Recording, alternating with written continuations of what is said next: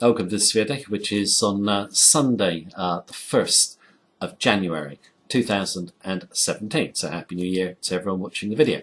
Now, in terms of day, what I want to do is just give my updated outlook for the USD JPY. We'll look at some charts in a moment. Now, in terms of USD JPY, we did a video just before Christmas. We were saying we expected the USD JPY to correct to the downside. It's come off its highs, but it has been, very, very firm. We're still not too far away from the highs.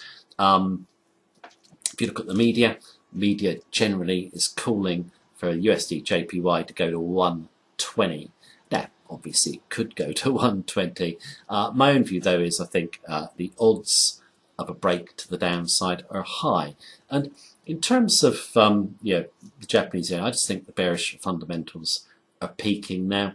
And I think after the sheer magnitude of the rise, the correction should be pretty sizable. Now, in terms of the big fundamentals behind the charts, I'll run through them in detail tomorrow when I do my weekly forecast. But the yen does not do well when you've got risk on. Okay, you have had very firm stock markets. There's been a very bullish view of what the Trump presidency will do for not just America, but for the global economy, seeing all the positives and none of the negatives. Now, in terms of the positives, I'm sure that Trump's policies will create growth in the US. That does mean higher interest rates, though. That can't be good for stocks long term. And US stocks aside, US interest rates going up is really bad news for emerging markets. Hundreds of trillions of dollars of debt denominated in dollars. It's got very expensive to pay back now. If you look at how the dollar has moved up on many emerging market currencies. So I think we'll see big defaults in emerging markets. Obviously over in China, big problems. The yuan still very soft. Over in Europe, we've got a banking crisis. The oldest bank in the world, Monte dei Paschi di Siena, is having to be bailed out. Deutsche Bank, sure it's settled its fine with US regulators. Its capital base is very, very weak.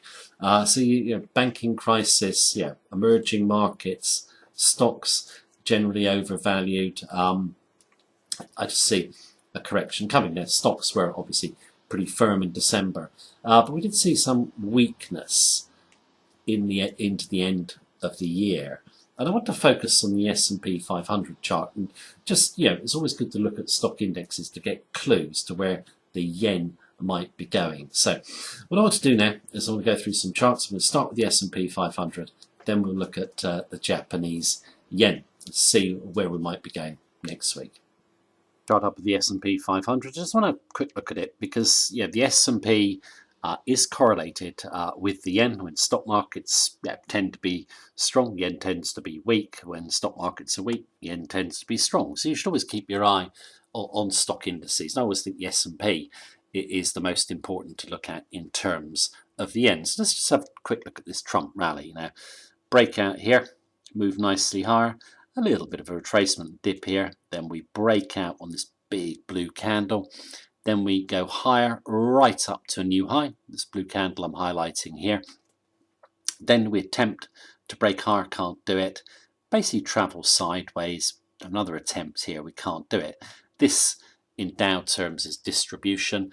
And basically at the end of a strong trend, either up or down, you get sideways action very often. And then that sideways action breaks and you get a decent correction. And we've got the break now. Obviously, this red candle takes out support here. This red candle tries to get back through resistance. It can't do it. Holds 20-day moving average though. Then this bigger red candle tries again to get back up. Can't do it. Can't hold the 20-day moving average. Finishes at 2,240. So a weakish close. I think we should, if we start selling off early next week, target this level here, which is the bottom of this big blue candle. Now, I would expect this level to be targeted, but we could easily run on. If we broke this level, we could get down to 2180, which is here. Really, this cluster of candles over here. So I'm looking for a decent correction in the stock market to help firm the yen. It's always a good idea to keep your eye on stocks in relation to the yen, just because of the high correlation between the two. Now let's go and have a look at the yen weekly chart. Okay, this is the yen weekly chart, drawn some levels to explain why I've drawn the way that I have. Now, in terms of the Trump rally, obviously all nice big blue bars up to above 118, and then we start to fail on these two red bars. I've isolated this support level here, which is basically the top of this body here, bottom of that body, bottom of those two bodies. And there's a little bit of a battle around this level at the moment. You can see we briefly dipped below it, came back on that candle there. This candle here, again, we came below it, immediately bounced back above it. Okay, now that level equates to about 116.80. Okay, so I think yeah, if we get through that level decisively, say through 116.70, we should see a decent correction to the downside. And I've basically drawn a level of 112. Okay, so these candles here, you could say 114. 114 is the obvious first level of support here. So I think 114 is definitely going to be targeted. But yeah, because it's been such a big rally, I'd be looking for 112. Now you might be thinking, why have I ignored the 116 level here? You could come through 116 in my view. However, I just think early next week, yeah, we're just below 117. If we get below 116.70, I think we should just carry on selling off to the downside. By being early, it means, you know, my stop isn't so far away, because the stop, in my view, has got to be well back behind 118. Now, do I think we're going to get back above 118 or close above 118? I've seen a lot of people say, you know, yeah, we're going to 120. I don't think we are. And the reason for this is at CFDC net traders. We looked at them in our last yen report, and I put them on the left. I say to the two groups, non-commercial speculators, large funds, etc., and obviously the commercials who are the smart money. Now let's just look at the ratios that they've got in terms of longs to shorts. Now, if we look at the non-commercial speculators, they're long the yen by 40,565 contracts, and they're short by 127,574. So their ratios in terms of shorts to longs, 3 to 1 in favour of yen weakness. When we last looked at this report, of course, it was only 2 to 1. So the speculators are continuing to buy the dollar and sell the yen. What are the commercials doing?